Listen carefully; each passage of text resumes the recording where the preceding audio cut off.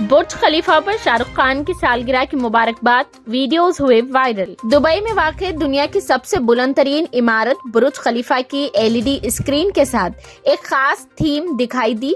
खास थीम के जरिए शाहरुख खान को सालगिरह की मुबारकबाद पेश की गई। बॉलीवुड के स्टार अदाकार शाहरुख खान ने चाहशुम्बे को अपनी 57वीं सालगिरह मनाई।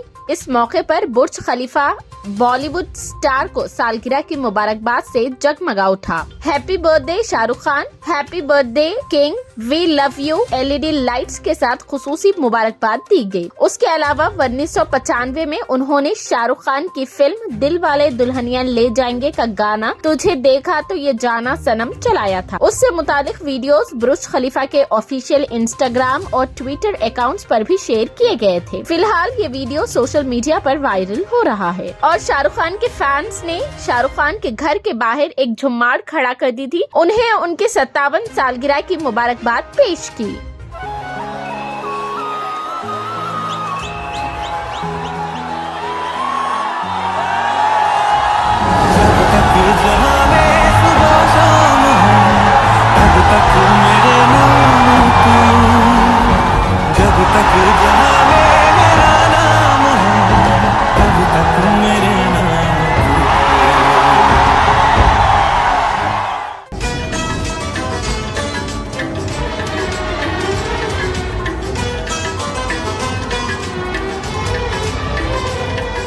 देखा तो ये जाना सनम, प्यार होता है दीवाना सनम।